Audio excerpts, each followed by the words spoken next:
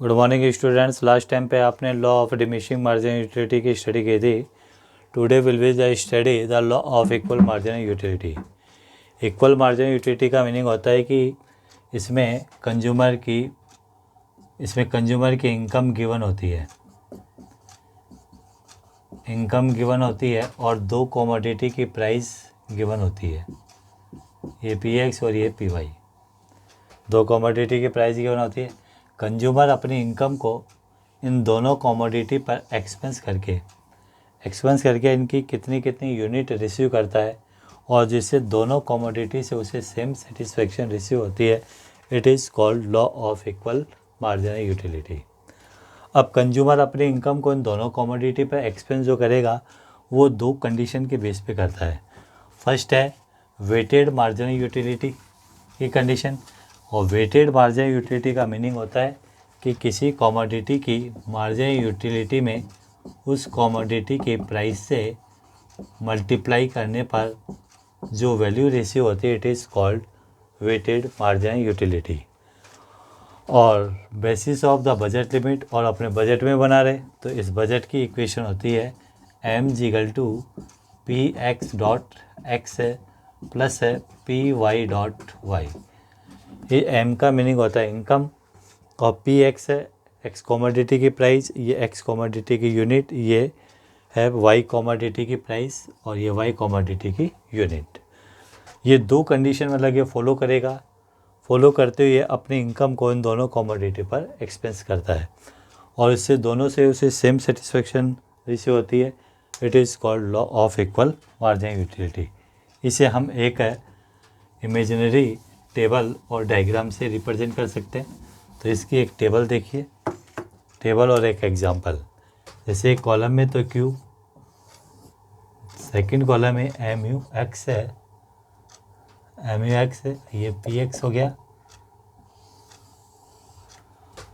And इसका M U Y, ये P Y.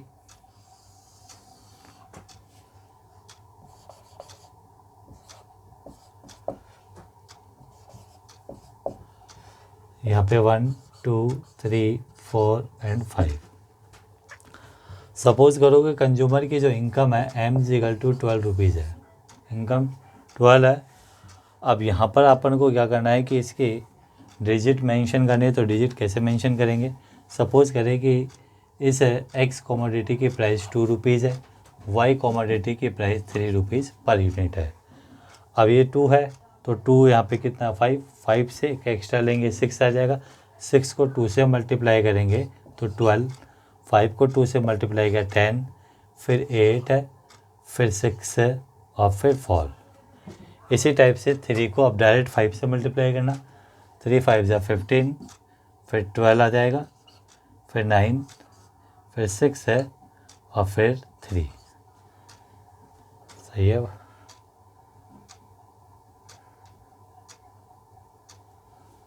तो इस तरीके से अपन इसको ये डेटा मेंशन कर लेंगे। अब पहली फर्स्ट कंडीशन क्या थी?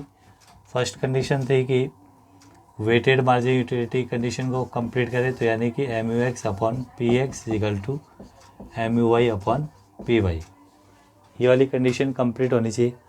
तो कंप्लीट कैसे है? तो इसके अकॉर्डिंग यहाँ प्राइस इसकी कितनी है 2, और ये एक्स कमोडिटी की मार्जिन यूटिलिटी है, तो इस यूटिलिटी में पी एक्स से डिवाइड करेंगे 2 2 2 2 और 2। इसका डिवाइड इसमें देंगे 6 है, फिर ये 5 4 3 और ये 2। इसी टाइप से इसमें इस 3 से डिवाइड करेंगे,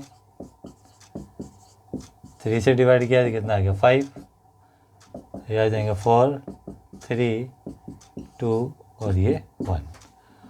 अब ये जो 5 6 है 5 4 3 ये क्या आ गए? ये आ गए आपके वेटेड मार्जिन यूटिलिटी। तो एक कंडीशन तो कंप्लीट हो गई। सेकंड कंडीशन थी कि साहब वो अपने बजट में बना रहे, तो पहले तो इसके अकॉर्डिंग बताए तो सेम सेटिस्फेक्शन कैसे हुआ। अब आप देखिए कि वेटेड बजट लिमिट के अकॉर्डिंग है। बजट लिमिट में आप देखो, बजट लिमिट में मैंने आपको बताया दूसरी condition M equal to P X dot X है plus P Y dot Y. तो इनकम का फर्स्ट कॉइन कौन सी कमोडिटी पे एक्सपेंस करेगा, एक्स और वाई दोनों पे एक्सपेंस कर सकता है, लेकिन जिससे ज़्यादा सेटिस्फेक्शन उसको मोर सेटिस्फेक्शन रिसीव होती है फर्स्ट कॉइन वह उसी पे एक्सपेंस करेगा। तो हम ये मान लेते हैं यहाँ पे 6 आ रहा है तो 6 सबसे पहला कॉइन इस पे एक्सपेंस करेगा। सेकंड कॉइन इस पे भी कर सकता है और इस पे भी कर सकता है। हम ये मान लेते हैं सेकंड इस पे करेगा तो थर्ड इस पे आ जाएगा, फिर इसी प्रकार से फोर्थ इस पे करेगा तो फिफ्थ इस पे आ जाएगा। बस इतना ही मतलब एक्सपेंस करेगा क्योंकि वो बजट है, लिमिट को क्रॉस कर जाएगा। अब आप देखिए कि इसका लास्ट का जो कॉइन है, लास्ट के कॉइन में यहाँ पर इस पर 3 यूनिट पर तो 8 है, 8 डिवाइड बाई कितना है 2, और इसमें है इसकी लास्ट यूनिट है 12 डिवाइड बाई 3, तो इसको इसमें डिवाइड करेंगे तो कितना गया 4, इसमें डिवाइड करेंगे तो 4। तो दोनों से सेम सेटिस्फेक्शन रिसीव हो रही है, तो ये वेटेड मार्जिन यूटिलिटी को कंप्लीट कर रहा है। और सेकंड कंडीशन है कि ये बजट लिमिट को भी कंप्लीट करे। तो बजट लिमिट के अकॉर्डिंग अब आप देखें कि एक्स कॉमोडिटी की एक्स इजिकल टू यहाँ पे 3 यूनिट का यूज़ में हो रही है और यहाँ पे वाई कॉमोडिटी की 2 यूनिट यूज़ में हो रही है। अब इसके अकॉर्डिंग अगर देखा जाए तो M equal to P X commodity price कितनी है 2 और एक्स कॉमोडिटी कितनी यूनिट का में 3, वाई कॉमोडिटी की प्राइस कितनी है 3 और वाई कॉमोडिटी की यूनिट कितनी काम मिली है 2। अब इसके अकॉर्डिंग देखते हैं तो 3 2 जा 6 है और 3 2 जा 6 और 6 से इस कितना हो गया 12, तो यानी दोनों कंडीशन 12 है, तो दोनों कंडीशन कंप्लीट कर लेता है। अब इससे आगे एक्सपेंस क्यों नहीं करता है, क्योंकि उसकी इनकम 12 ही है और इससे ज़्यादा एक्सपेंस करता है तो वह अपनी बजट लिमिट क्रॉस कर जाता है, तो जो लॉ ऑफ इक्वल मार्जिनिटी को शो नहीं करेगा।